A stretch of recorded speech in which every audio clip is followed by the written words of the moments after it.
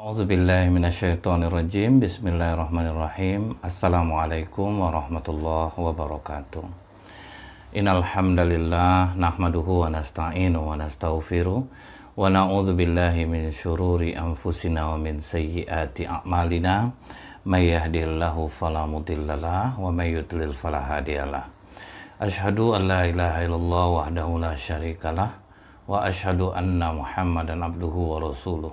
Allahumma salli wa sallim wa barik ala hadzal nabiyil karim wa ala alihi wa sahbihi ajma'in. Kaum muslimin dan muslimat di mana saja berada, yang semoga kita semua senantiasa dirahmati oleh Allah. Bersyukur kita kepada Allah dengan mengucapkan alhamdulillahirabbil alamin. Bersolawat kita kepada Rasulullah sallallahu alaihi wasallam dengan ucapan Allahumma shalli ala Muhammad wa ala alihi wa sahbihi wasallim. Islam disebutkan sebagai Islam adalah rahmatan lil alamin. Apabila seseorang mengamalkan Islam, dalam tanda kutip dia takwa kepada Allah, dia kerjakan yang diperintahkan Allah, dia tinggalkan yang dilarang Allah, maka Islam akan menjadi rahmat di dalam dirinya. Contohnya nih, kita tidak dibolehkan berbohong.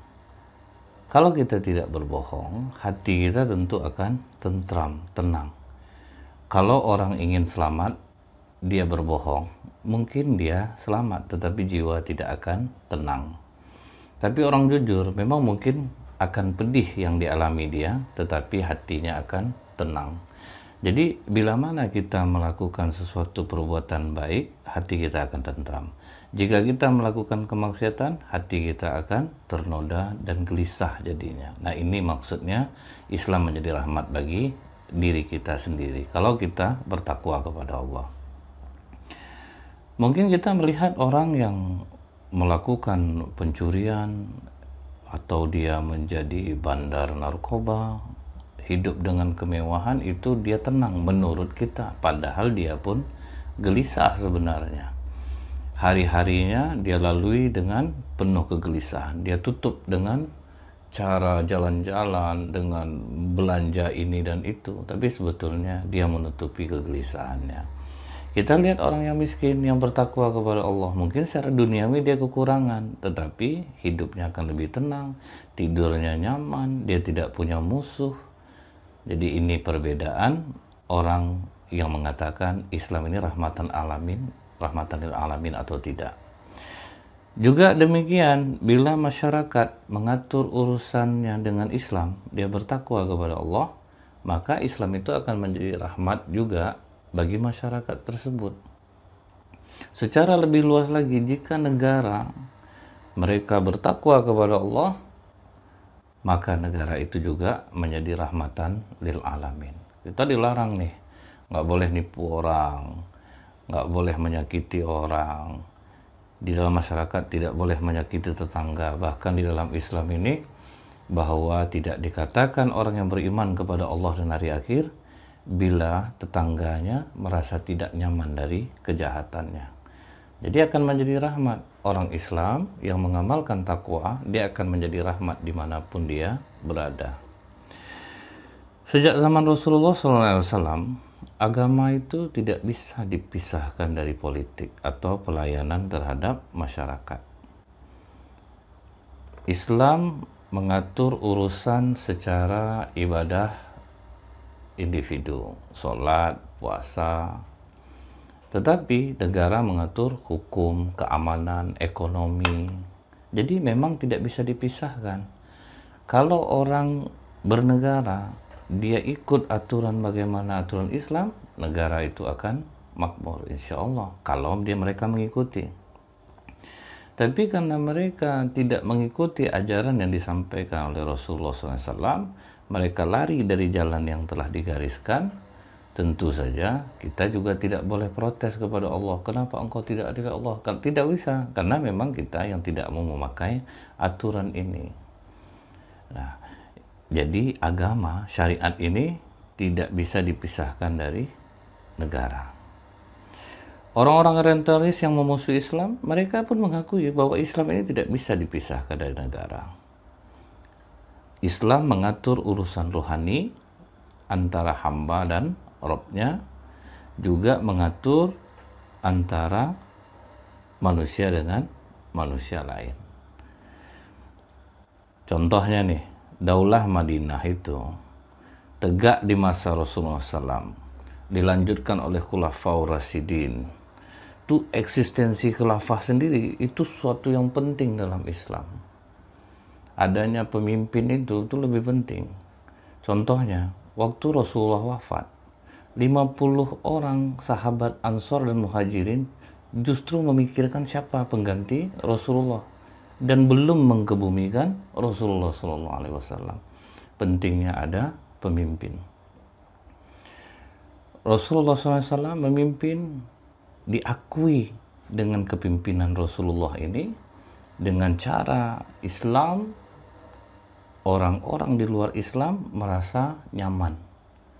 Orang-orang yang tidak beragama Islam dilindungi selama mereka tidak mengganggu umat Islam. Kita ambil contoh pada masa Khalifah Umar bin Khattab. Itu 52 negara di bawah kekuasaan Islam. Sewaktu Khalifah Umar mengambil kunci kekuasaan ke Yerusalem, apa kata Khalifah Umar? Kita berangkatnya jangan rame-rame. Cukup berdua saja. Seorang pemimpin negara berangkat untuk mengambil kunci kekuasaan Yerusalem itu hanya berdua. Dan memakai 1 ekor kuda. Apa perjanjian Umar dengan pengawalnya? Kau kalau capek, kau duduk di atas kuda, aku yang jalan di bawah. Nanti kalau gue capek, kau pula yang jalan di bawah, aku yang di atas kuda. Ini sosok yang diajarkan oleh Rasulullah. Kesederhanaannya sebagai pemimpin negara. Di Yerusalem, saat itu dipimpin oleh seorang pendeta yang bernama Patriark Sporinus. Ini seluruh sarjana Kristen tahu dengan Patriark Sporinus. Dan waktu itu di Yerusalem belum ada masjid. Orang-orang di Yerusalem, karena waktu itu belum ada televisi, tidak ada koran, tidak ada internet seperti sekarang. Jadi mereka hanya tahu nama Khalifah Umar bin Khattab, tetapi tidak pernah melihat orangnya. Berganti-gantianlah mereka di jalan. Nah, pendeta Patriark Sporinus dengan masyarakat Yerusalem itu menunggu di gerbang kota Yerusalem. Pas pula giliran pengawal Khalifah Umar yang duduk di atas kuda, Khalifah Umar jalan di bawah. Begitu sampai Yerusalem, orang Yerusalem justru menyambut yang di atas kuda, pengawalnya. Selamat datang Khalifah, selamat datang Khalifah. Apa kata pengawal Khalifah Umar? Bukan saya yang Khalifah, yang jalan di bawah ini yang Khalifah. Tadi kami ganti-gantian, kami sudah ada perjanjian. Takjub pendeta Patriark Sporinus. Begitu masuk waktu sholat, apa kata pendeta Patriark Sporinus? Wahai Khalifah, silahkan kalau mau sholat di gereja kami. Waktu itu gereja yang hanya ada, belum ada masjid. Nama gereja itu Holy Sepulchre. Khalifah Umar masuk ke dalam gereja tersebut karena melihat banyaknya simbol-simbol keagungan agama Nasrani. Maka Khalifah Umar mengambil batu, dia lemparkan arah keluar. Di mana batu itu jatuh, disitulah beliau sholat. Timbul kepenasaran pendeta Patriark Sporinus. Kok nggak mau nih Khalifah Umar sholat di dalam gereja ini? Selesai sholat, pendeta Patriark Sporinus bertanya kepada Khalifah Umar, apakah kurang suci gereja kami Khalifah? Sehingga kau tidak mau sholat di dalamnya? Jangan tersinggung Pak Pendeta.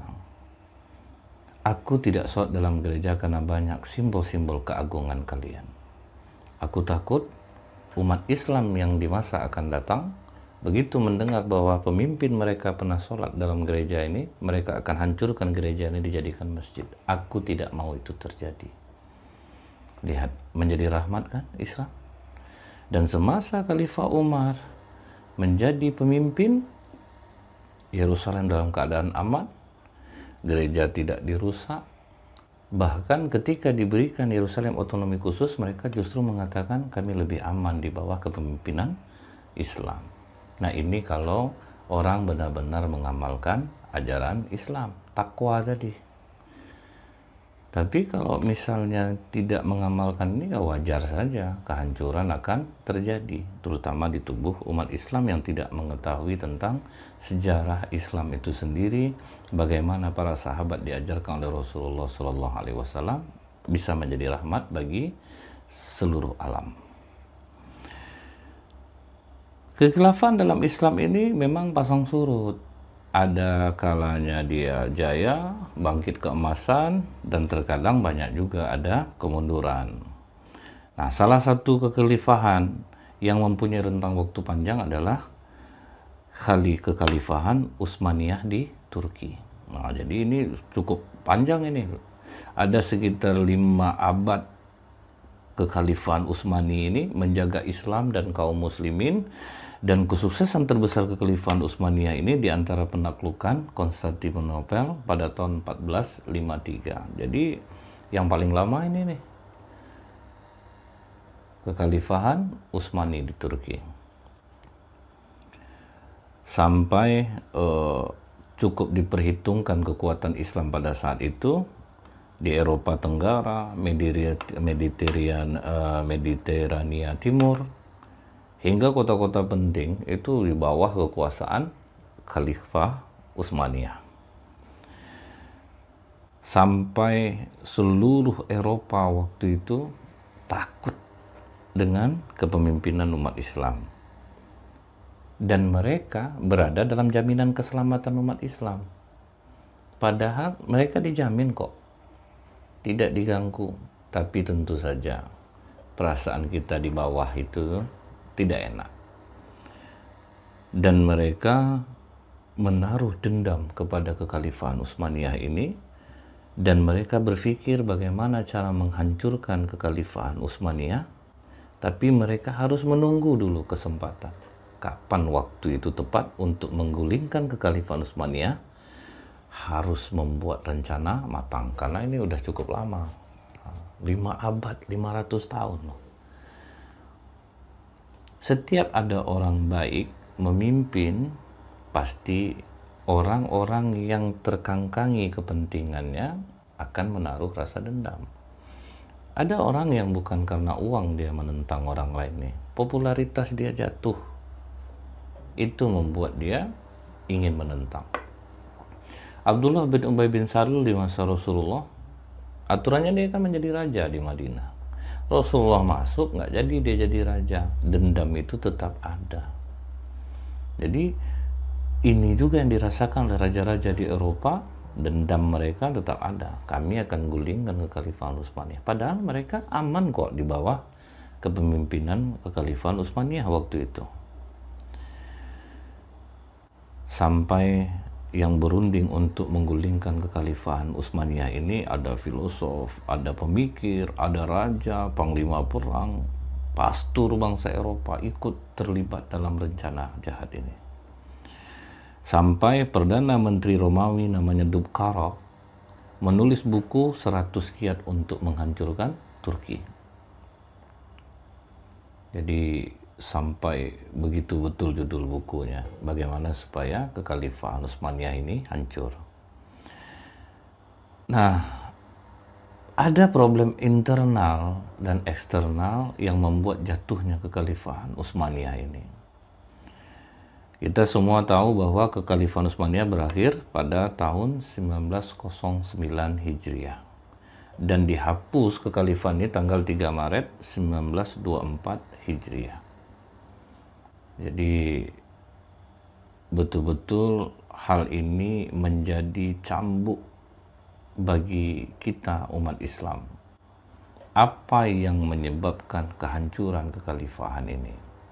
Yang pertama itu kondisi pemerintahan lemah, kemerosotan akhlak. Ketakwaan individu menurun menyebabkan akhlak mulai merosot. Ini yang menghancurkan kita sebenarnya.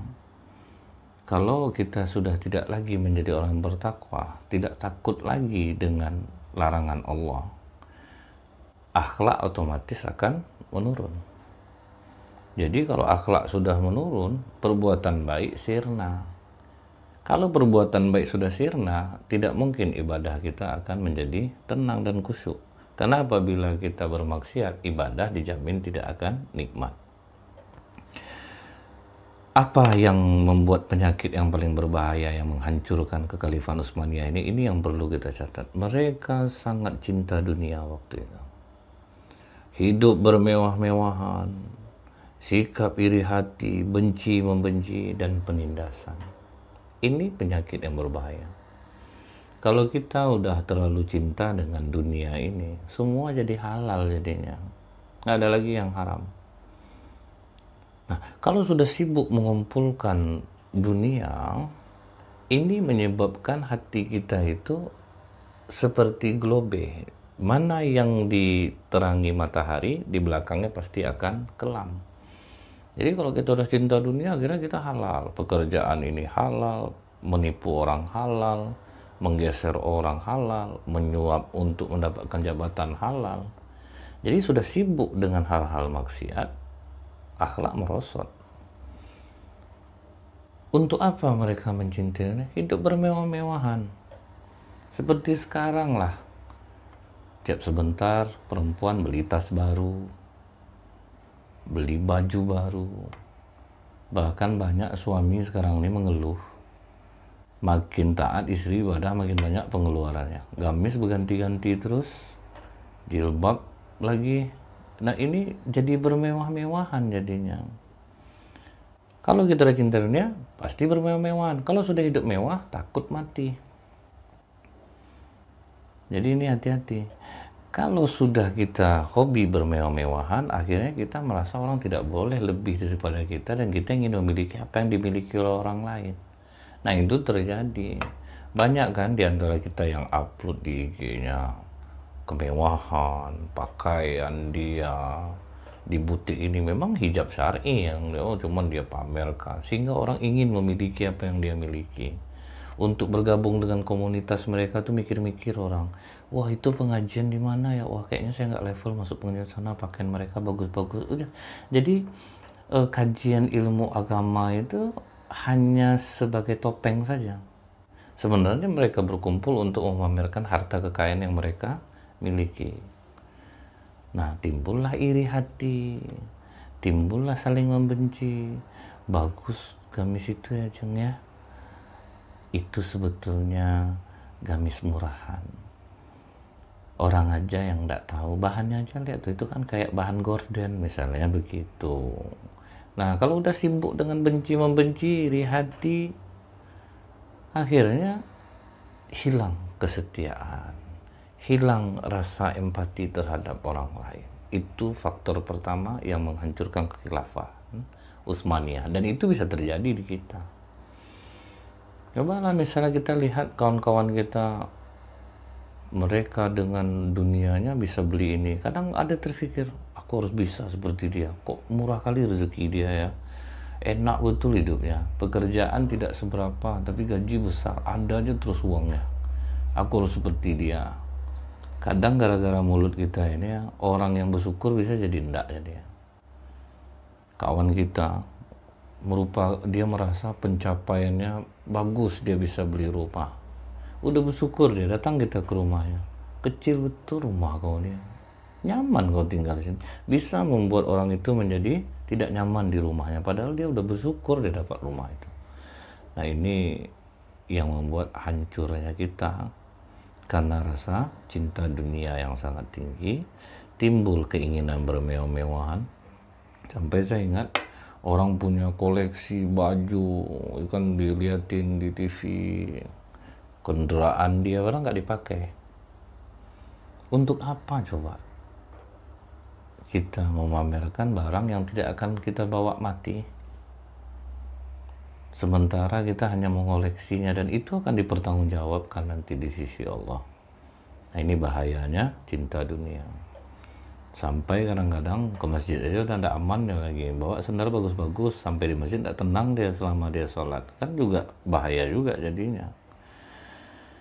Nah, faktor kedua itu apa?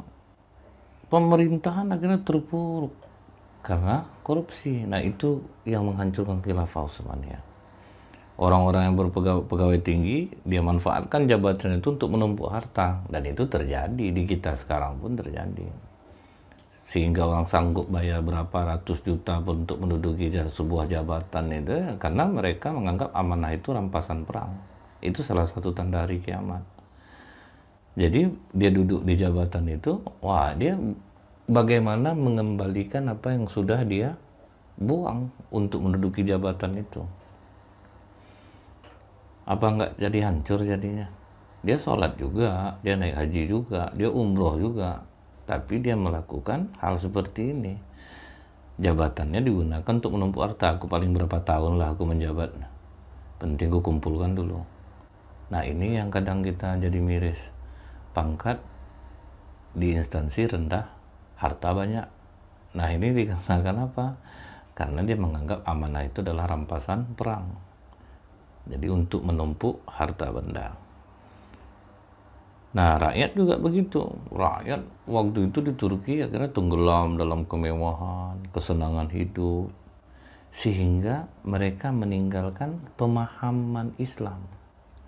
Sholat juga tapi udah kosong, tidak ada pemahaman Islam. Karena orang kalau udah cinta dunia, bermewah-mewah, itu terhadap tausiah itu, terhadap nasihat itu anti dia. Mungkin kita ingat dengan Korun. Korun itu padahal kan sepupu Nabi Musa. Dia dulu umat Nabi Musa. Begitu dia mewah hidupnya, dia menganggap aku lebih mulia dari kaum Musa. Kau miskin, aku kaya. Nah itu yang terjadi sekarang. Orang melihatlah taat betul kau beragama, hidup kau macam itu. Lihat aku nih, harta aku berlimpah. Nah ini dijadikan tolak ukur. Nah rakyat akhirnya bermewah-mewah juga hidupnya, sehingga Islamnya jadi kosong. Semangat jihad itu udah pasti habis, tidak akan ada lagi. Kalau bisa dia hidup 1000 tahun lamanya, karena dia sudah terasa nikmat betul hidup di dunia ini. Semangat jihad habis. Dan waktu itu tergembar-gembar fanatik mazhab merebak di mana-mana. Nah ini juga terjadi sekarang. Oh saya mazhab ini, yang tidak mazhab saya. Nah, ini awal kehancuran kekhalifahan Utsmaniyah. Kalau sekarang Islam ini bisa hancur kalau kita masing-masing saya mazhab saya ini. Akhirnya kita menganggap orang yang tidak sesuai dengan kita tidak perlu kita dengarkan. Orang itu salah, kita aja yang benar. Nah ini cara dulu untuk menghancurkan Turki. Orang fanatik mazhab di mana-mana. Nah waktu itu tertutup pintu ijtihad. Pokoknya pendapat dia aja yang betul, orang enggak. Ini ciri akan hancurnya Islam. Sehingga makin ruwet keadaan, umat yang orang-orang awam makin bingung pada saat itu. Jadi tidak ada lagi memikirkan kepemimpinan Islam, bagaimana Islam dipertahan. Nah, hancurnya gara-gara apa? Gara-gara hidup mewah dan sangat cinta dengan dunia ini. Hilang semangat jihad, hilang pemahaman Islam. Karena tolak ukurnya adalah, tidak usah kalian banyak cerita, kalian rajin tuh sholat hidup kalian miskin, tidak usah kalian tatar aku udah berhasil. Nah ini yang bahaya. Yang ketiga faktor hancurnya kekhalifahan Utsmaniyah ini adalah serangan militer dari Eropa. Jadi sebelum terjadi Perang Dunia Pertama yang menghancurkan Turki, itu penyerangan dari Raja Eropa ke Turki sudah terjadi pada abad ke-16. Keluar pernyataan Sri Paus V, Raja Prancis Philip dan Republik Bundukiah sepakat untuk mengumumkan perang terhadap orang-orang Turki.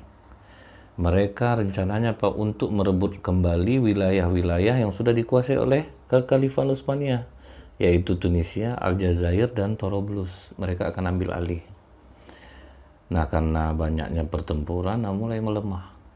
Masyarakat hidup bermewah-mewah, tambah kita lagi diserang orang. Nah, puncak dari semua itu, pas keterlibatan Turki dalam Perang Dunia Pertama, pada tanggal 2 Agustus 1914, dia digerogoti sendiri oleh rencana busuk Mustafa Kemal Atatürk yang sering kita kenal, sehingga Turki kehilangan segala-galanya. Militer penjajah akhirnya bisa memasuki Istanbul. Nah itu ingat, gara-gara peperangan. Jadi kalau peperangan ini apa seperti sebuah syair, seperti perempuan yang berdandan, tapi setelah terjadi dia berubah menjadi perempuan tua yang tidak menarik. Nah itulah bahayanya perang ini. Nah karena orang berdendam sama kekhalifahan Utsmaniyah ini, sehingga mereka mulai menyerang dan dibantu oleh orang dalam. Nah ini ngerinya gitu. Apa kata para ulama? Kita tidak perlu takut dengan orang jahat. Karena kita tahu dia jahat, kita bisa menghindarinya. Yang kita takutkan itu adalah orang pura-pura baik. Karena kita tidak bisa tahu dia siapa. Ini sama dengan virus ini. Dia nggak nampak. Depan kita dia baik aja. Di belakang kita habis kita dibuatnya. Nah yang berikutnya, gerakan oposisi sekuler dan nasionalis.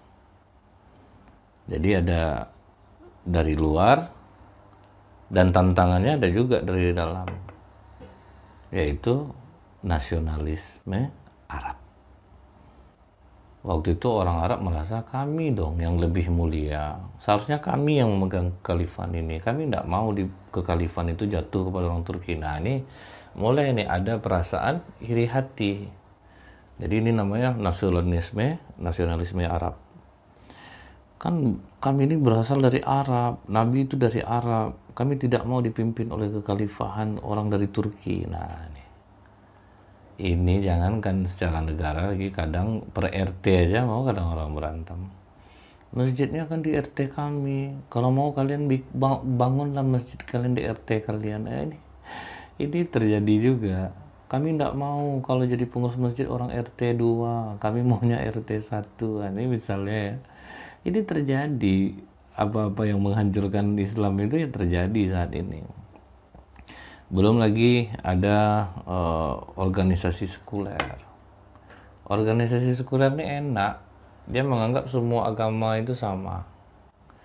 Jadi tidak ada yang berbeda antara agama satu dengan agama yang lain. Semua itu sama, kan macamnya nikmat itu kan. Jadi yang mau akhirnya orang campur pernikahan antara agama ini dan agama itu boleh. Ini akibat berpemahaman sekuler. Jadi agama tidak bisa seperti ini. Agama ini tauqifi, kita harus mengikut tuntunannya. Nah ini dibuat, wow, kan jadi nikmat jadinya kan. Tentu banyak orang mau, gitu. Tentu banyak orang mau sekuler karena lebih aman untuk diikuti. Mau ngapain aja boleh gitu. Ada lagi organisasi wanita Turki juga ikut berontak, organisasi Persatuan dan Kemajuan. Nah ini yang di bawah kekuasaan Kemal Atatürk, Mustafa Kemal. Nah dia orang Turki, tapi dia kerjasama dengan negara Eropa untuk mewujudkan keinginan dia supaya kekhalifahannya hancur. Nah orang dalam kerjasama sama orang luar buat ngancurin kekhalifahan. Nah ini juga terjadi pada masa Rasulullah waktu perang Khandaq. Dari luar Rasulullah diserang, dari dalam orang Yahudi juga akan menyerang. Alhamdulillah bisa diatasi. Tapi yang ini hebat dia. Dia kerjasama dengan pihak luar. Akhirnya puncaknya pada tahun 1909 Hijriah, mereka dengan dalih mogok massal, organisasi Persatuan dan Kesatuan di bawah Kemal Atatürk ini berhasil memasuki Istanbul. Dia singkirkan Khalifah Abdul Hamid II, dia lucuti dari pemerintahan keagamaan. Jadi tinggal hanya simbol. Jadi dia tidak ada kekuatan lagi, Sultan Abdul Hamid II ini. 3 Maret 1924, Badan Legislatif akhirnya mengangkat Mustafa Kemal Atatürk sebagai presiden Turki dan dia bubarkanlah khilafah Utsmaniyah. Jadi yang paling bahaya itu adalah dari dalam. Kita kadang merasa kalau kita punya nikmat nih, banyak netizen yang bully kita. Jangankan netizen, orang dekat kita aja belum tentu senang kita dapat nikmat lagi ya. Jadi sama dengan Mustafa Kemal Atatürk ini. Jadi dia menyerangnya dari dalam, kerjasama sama orang luar, ngancurin orang dalam gitu. Nah ini hati-hati kita nih. Sehingga Rasulullah mengatakan hati-hati betul kita memilih teman. Kalau bisa teman itu teman yang mengingatkan kita kepada akhirat, makin dekat kita kepada agama. Karena kalau di luar itu, kata Ali bin Abi Thalib radhiyallahu anhu, bodoh kita kalau mau berteman dengan selain orang yang soleh. Karena mereka akan berteman dengan kita berdasarkan kepentingan aja. Kalau nggak ada kepentingan, ngapain kita berteman? Dia berteman sama kita, tanda ada untungnya lah dia mau berteman. Tapi kalau sempat sama-sama orang soleh kita berteman, kita salah dia yang mengingatkan, kita bahagia dia ikut bahagia, nampak dari ketulusan jiwanya. Nah, ini serangan dari dalam. Kemal Atatürk ini, Mustafa Kemal Atatürk bertindak radikal untuk menghancurkan peradaban Islam. Nah, karena dia orang sekuler nih, menganggap agama ini sama, jadi nggak boleh nih Islam ini teratas. Sebagai Presiden Republik Turki yang sekuler, dia cukup bertindak diktator dengan pemerintahannya. Ideologi negara menjadi paham sekularisme. Atas dasar ideologi negara ini, dia umumkan untuk mengambil langkah-langkah kebijakan mencapai cita-citanya untuk menjadikan Turki negara sekuler. Apa cara dia? Hapus syariah Islam. Itulah yang paling dahsyatnya Kemal Atatürk ini. Hapus sejarah syariah Islam. Tidak ada lagi jabatan kekhalifahan. Diganti hukum Islam dengan hukum Italia, Jerman, dan Swiss. Ditutupnya masjid dan madrasah. Dia ganti agama negara menjadi agama sekularisme. Diubahnya azan dalam bahasa Turki. Dia larang pendidikan agama di sekolah umum. Dia larang kerudung bagi kaum perempuan, dan dulunya pendidikan terpisah, sekarang tidak lagi, perempuan laki-laki pendidikannya sama satu tempat. Dia ganti naskah-naskah Arab dengan bahasa Roma, dia kenalkan dengan kode hukum barat, pakaian, kalender, alfabet, dia ganti seluruh huruf Arab menjadi huruf Latin. Jadi dia benci terhadap Islam ini, padahal dia orang Islam. Sampai dikatakan orang seperti Abdullah bin Sabah, nyamar sebenarnya masuk Islam, tapi sebenarnya benci terhadap Islam. Ini yang kita takutkan. Orang masuk Islam, dia berbaik apa, tapi sebetulnya niatnya dia mau ngancurin Islam. Ini kita harus hati-hati saat ini. Bentuknya dia membela Islam, tapi sebetulnya kadang dia justru menghancurkan Islam dengan dia pura-pura menjadi orang Islam. Akibat ulah Mustafa Kemal ini, akhirnya Turki menjadi republik sekuler yang anti terhadap dakwah Islam. Sampai sekarang pun, orang Muslim kesulitan menemukan jejak peradaban Islam di tanah Turki. Habis semua oleh Kemal Atatürk ini. Kemal Atatürk, selama dia memimpin, ada lebih kurang 30 ulama yang sudah dia gantung. Apa kata dia? Saya dapat membuat negara Turki menjadi negara demokrasi bila saya dapat hidup 15 tahun lagi. Jika saya mati sekarang, itu akan dibutuhkan waktu 3 generasi. Nah, itulah kesombongan dan keangkuhan Kemal Atatürk. Dia angkuh, tindakannya kejam, anti agama, sehingga Allah membalas kezaliman Mustafa Kemal Atatürk. Ingat kajian kita, ada 2 dosa yang dibalas cash di dunia ini, memutuskan hubungan silaturahim dan berbuat zalim. Sampai apa kata orang, kalaulah sempat Kemal Atatürk ini ada di zaman Rasulullah, mungkin diabadikan Allah namanya dalam Al-Quran, seperti Fir'aun, Namrud, kemudian lagi Abu Lahab. Dan mereka ini mati tragis semua. Raja Namrud itu, Allah hukumnya kecil saja. Nyamuk masuk ke dalam telinga, bersarang di otaknya.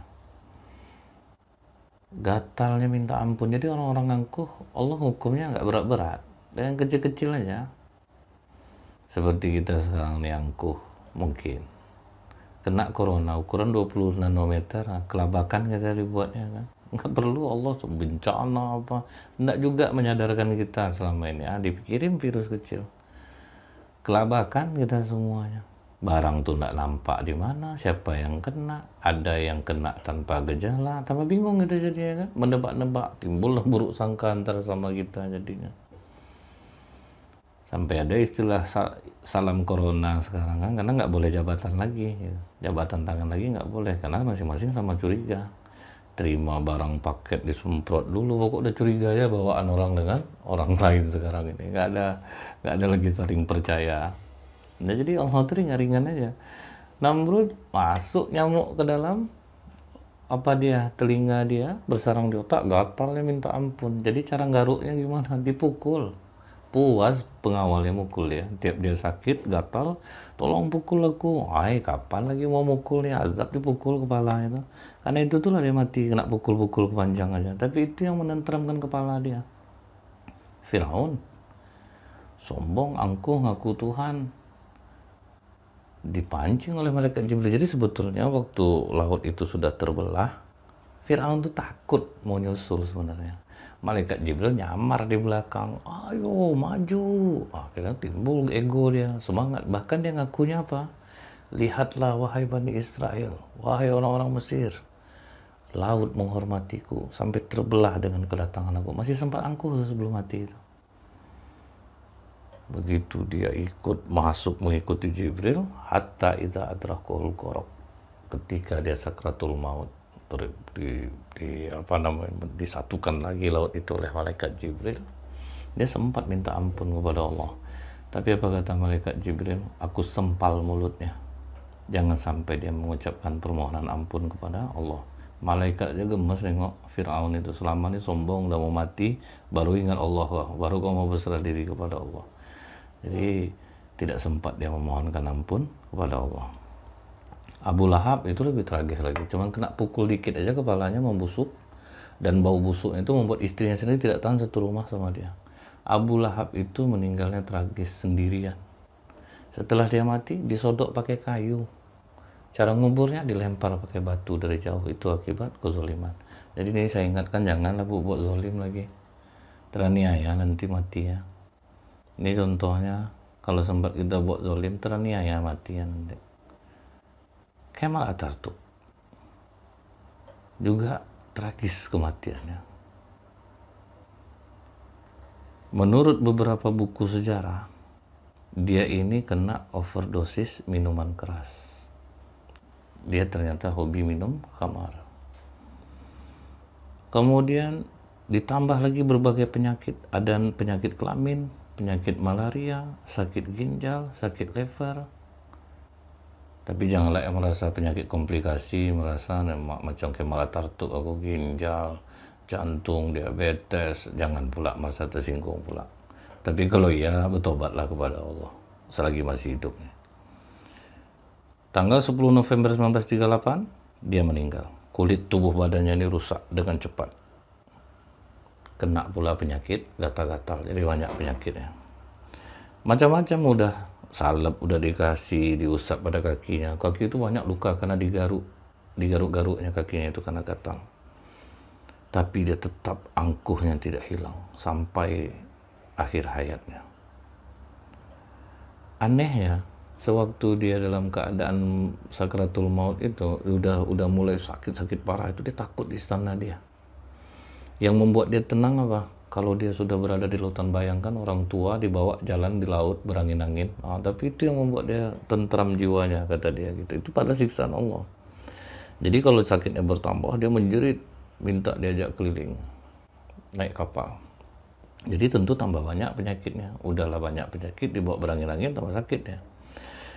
Dr. Abdullah Azzam dalam bukunya Al-Manaratul Mafkudah, dia jelaskan detik-detik menjelang ajal sang Mustafa Kemal Atatürk. Ada cairan berkumpul di perutnya secara kronis, kata beliau. Ingatannya melemah, darah mulai mengalir di hidungnya tanpa henti. Dia kena penyakit kelamin atau istilahnya GO. Dan untuk mengeluarkan cairan yang berkumpul di bagian dalam perutnya itu, dokter mencoblosnya dengan jarum. Perutnya itu membusung, kedua kakinya bengkak, muka mengecil, darahnya berkurang sehingga dia pucat seputih tulang. Kalau dalam kitab Al-Jaza min Jinsil Amal karangan Syekh Dr. Said Hussein Al-Afani, padahal dia dikelilingi oleh para dokter, penyakit kanker hatinya baru diketahui tahun 1938. Padahal dia telah merasakan pedihnya penyakit itu tersebut sejak tahun 1936. Jadi kalau orang-orang zalim itu percuma, banyak betul dokter di sampingnya, tidak akan bisa berbuat apa-apa. Menyesal kita kalau kita menjadi orang zalim ini.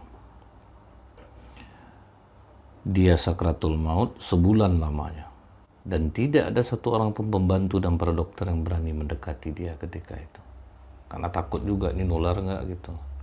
Nah ini bahayanya. Setelah dia meninggal 9 hari baru disolatkan.